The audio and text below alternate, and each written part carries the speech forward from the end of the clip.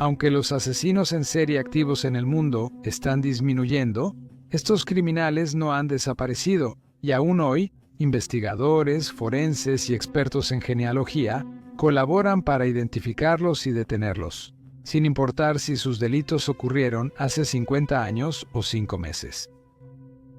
Para muchos en estos campos, no hay límite para hallar justicia, y la verdad suele estar a un fragmento de ácido desoxirribonucleico. Acompáñanos en este video mientras examinamos 3 ocasiones en las que la policía descubrió los cuerpos de las víctimas de asesinos en serie.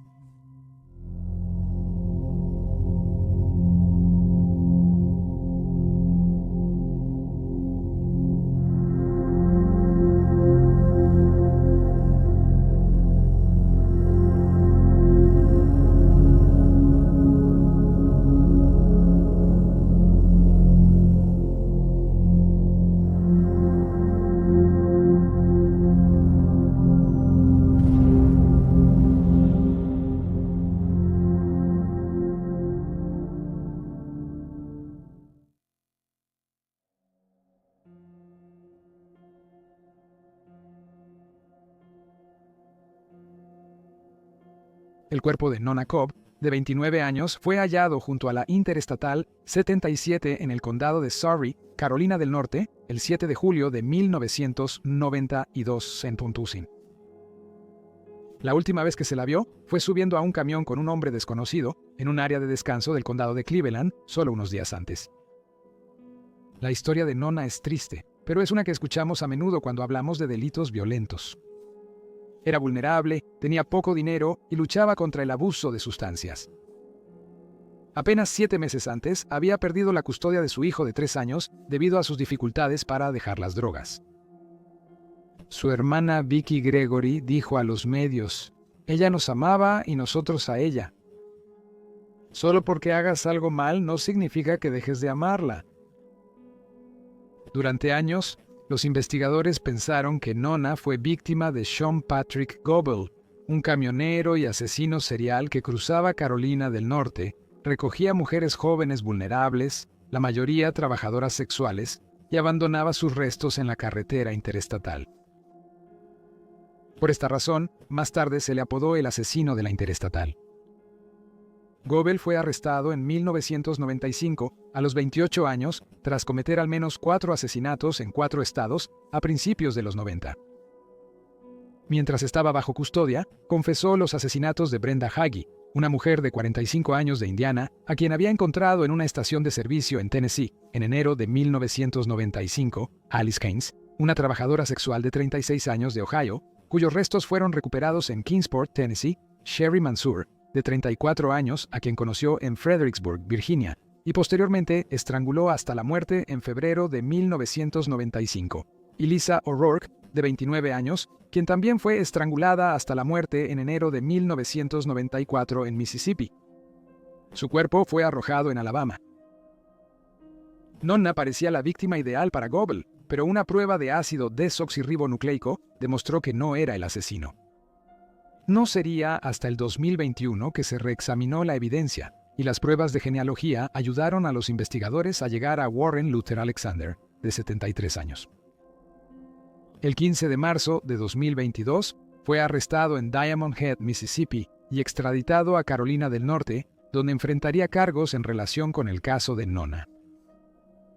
Al ser detenido, su ácido desoxirribonucleico se ingresó en CODIS, y la policía descubrió sorprendentemente que coincidía con asesinatos de 3 mujeres de los años 70. Alexander había vivido en California entre finales de los 1950 y los 1960, donde trabajó en varios empleos. Fue taxista, electricista con el Cuerpo de Marines y después camionero de larga distancia, lo que lo llevó a cruzar muchos estados por trabajo. Se cree que volvió a Oxnard, California, en los años 70, cuando cometió sus 3 asesinatos. Carol Fritz, de 18 años, fue encontrada muerta en una habitación de motel en Port Hueneme el 29 de mayo de 1977. Mientras tanto, Velveteen Sánchez tenía 31 años y fue encontrada muerta en una habitación de motel en Oxnard solo unos meses después, el 9 de septiembre. Ambas mujeres fueron estranguladas con su ropa interior. A finales de diciembre, se descubrió el cuerpo de Lorraine Ann Rodríguez en la zona de Oxnard Plain. Tenía 21 años y se determinó que su causa de muerte fue estrangulamiento. Lorraine tenía 2 hijos en el momento de su fallecimiento y se describió como una madre devota. Velvet también era una madre cariñosa y acababa de dejar su trabajo en el intercambio de la Marina de los Estados Unidos cuando fue asesinada.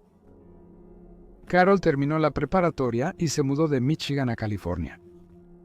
Como muchas víctimas de Goebel, las 3 mujeres eran trabajadoras sexuales y vulnerables.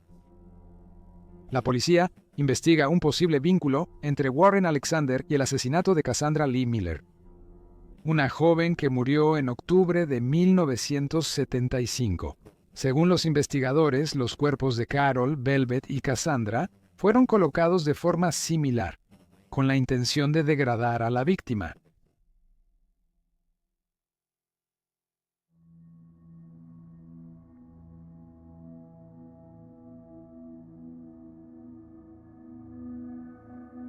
En abril de 2019, comenzaron a aparecer titulares en medios de comunicación de todo el mundo que indicaban que se había encontrado una maleta que contenía los restos de una mujer en un lago en el pueblo de Mitsero, Chipre, a unas 20 millas de la capital, Nicosia. La mujer fue la 4ª víctima de un asesino serial desconocido. El impactante caso se conoció como el primer asesinato en serie de la isla. Hoy se reveló que el perpetrador es Nikos Metaxas, y que sus crímenes se conocen como los asesinatos de Mitsero por la ubicación de la mayoría de los cuerpos. La policía registró el lago donde hallaron la maleta tras revelarse que Metaxas, de 35 años, metió los cuerpos de 3 víctimas en maletas y los arrojó a un lago rojo tóxico de una mina de cobre abandonada. La investigación sobre el primer asesino en serie de Chipre comenzó a principios de abril, cuando se descubrió el cuerpo de Mary Rose Taburcio, de 38 años, originaria de Filipinas, en un pozo de mina inundado cerca de ese mismo lago rojo. Mary desapareció en mayo de 2018 junto a su hija de 6 años, cuyo cuerpo seguía sin ser hallado. Se inició una investigación de asesinato y al revisar las redes sociales y mensajes de Mary, descubrieron que había hablado con Metaxas, un oficial de la Guardia Nacional de Chipre, en un sitio de citas. Poco después de que se encontró el cuerpo de Mary, Metaxas fue detenido y puesto bajo custodia policial. Mientras buscaban los restos de su hija, Sierra, la policía descubrió otro cuerpo, el de Arian Palanos Lozano, una mujer filipina de 28 años. Se descubrió una tercera víctima en un campo de tiro militar después de que Metaxas dirigiera a la policía allí. Se piensa que esta mujer es de origen nepalí o indio. Se creía que otra mujer, Marika Valtesakiola, una filipina de 31 años, era su 4ª víctima, pero Metaxas inicialmente lo negó. Después cambió su declaración y confesó el asesinato. Finalmente admitió los asesinatos de 5 mujeres y 2 niñas, que llevó a cabo entre 2016 y 2018. El cuerpo de Sierra, hija de Mary, fue hallado en el lago Memi cerca de Siliatos. Estaba envuelta en una alfombra con un bloque de cemento atado arriba. Las otras 2 víctimas fueron Livia Bonil, madre rumana de 36 años, y su hija, Elena Bonil, de 8, desaparecidas en septiembre de 2016. Hallaron sus cuerpos en maletas en el lago Rojo. La divulgación sobre Metaxas y sus crímenes generó gran clamor público y de grupos de campaña. La mayoría de las mujeres desaparecidas fueron reportadas pronto, pero la policía de Chipre no tomó en serio los casos por ser extranjeras. Los activistas señalaron que los asesinatos revelan un problema mayor en Chipre, la explotación de trabajadores migrantes en condiciones similares a la esclavitud moderna. El director de KISA, un grupo de apoyo a migrantes y refugiados, le dijo a Reuters que el país operaba con un sistema de 2 niveles, donde los no chipriotas no disfrutaban de los mismos derechos que los locales. También se señaló que Chipre tiene 80 casos de personas desaparecidas sin resolver que datan de 1990. Posteriormente, la policía inició una investigación para identificar sus fallos, mientras que el ministro de Justicia del país renunció debido a la mala gestión de los casos de personas desaparecidas. Tras la atención pública sobre Metaxas, varias mujeres lo acusaron de delitos como violación. Fue imputado por manipulación de pruebas y obstrucción de la justicia, pero la evidencia clave desapareció o fue destruida, sin que se sepa cómo. Metaxas declaró que mató a 2 víctimas y a sus hijas porque, según él, las madres planeaban prostituirlas y buscaba castigar a las madres y liberar a los niños. Fue acusado de 7 asesinatos, se declaró culpable en junio de 2019 y recibió 7 cadenas perpetuas.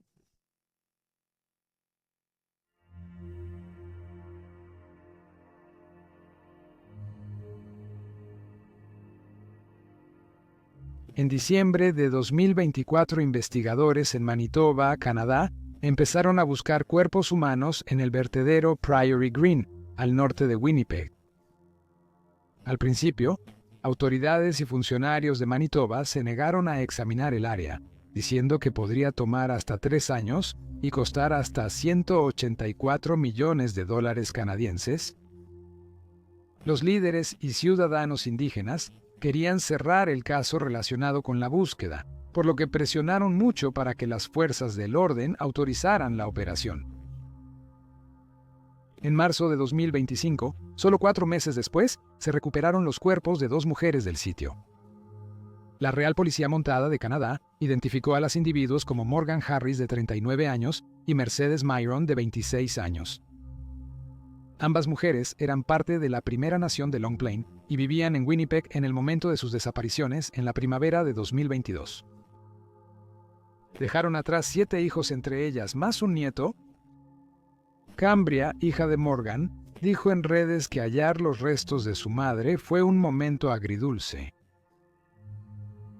El caso comenzó el 16 de mayo de 2022, cuando las fuerzas del orden encontraron el cuerpo de Rebecca Contois, de 24 años, miembro de la Primera Nación Ohichacos-Zipi y residente de Winnipeg.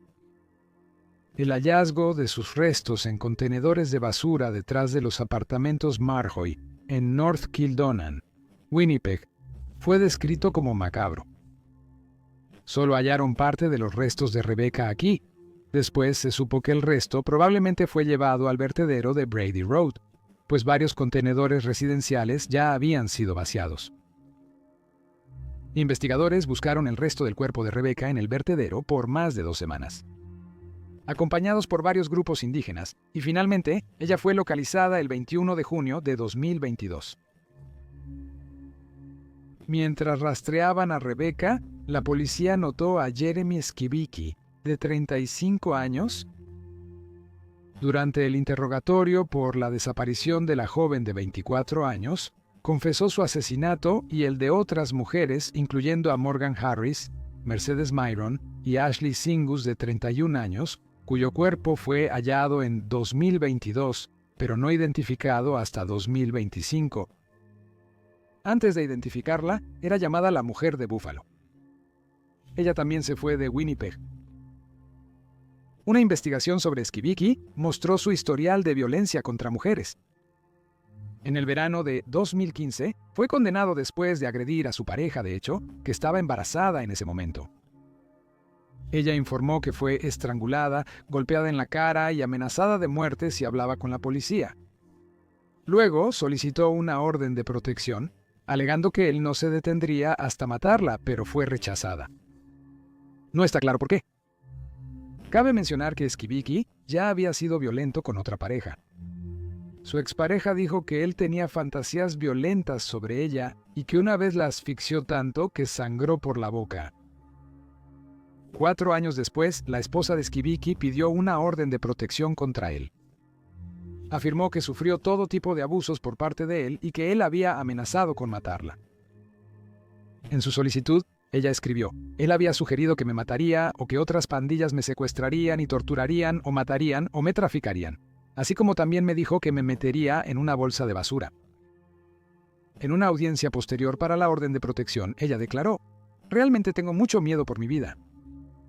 También informó que él la agredió sexualmente mientras dormía tras tomar un fuerte medicamento para dormir. Supuestamente él lo llamó su síndrome de la Bella Durmiente. Despertó con la ropa interior baja y luego dio positivo en enfermedades de transmisión sexual, lo que confirmó lo que hacía su esposo. Además, describió una ocasión en la que casi fue asfixiada hasta la muerte con una almohada por su esposo. Aunque tenía la orden de protección, Skibicki atacó a la mujer en 2021 y fue acusado de asalto con arma mortal y desobedecer al tribunal. Al año siguiente, ella pidió el divorcio. La Corporación de Radiodifusión canadiense revisó el historial de Skibicki en su Facebook personal y halló abundante contenido violento, misógino, antisemita y supremacista blanco. Se presentó como miembro de Santa Europa, una organización supremacista blanca de extrema derecha que busca que los europeos mantengan la pureza racial, oponiéndose a la inmigración y el multiculturalismo.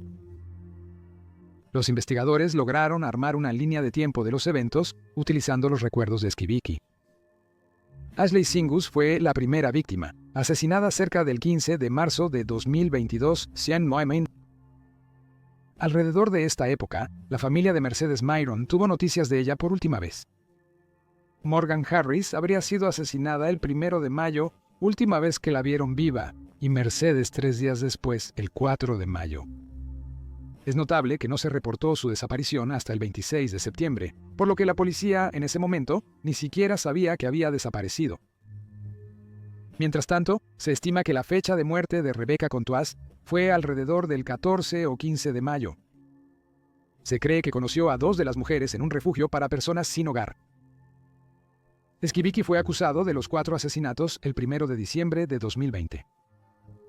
El 6 de noviembre de 2023, en audiencia previa, se declaró no culpable y pidió que el juicio lo llevara solo un juez, no un jurado. Solicitud denegada.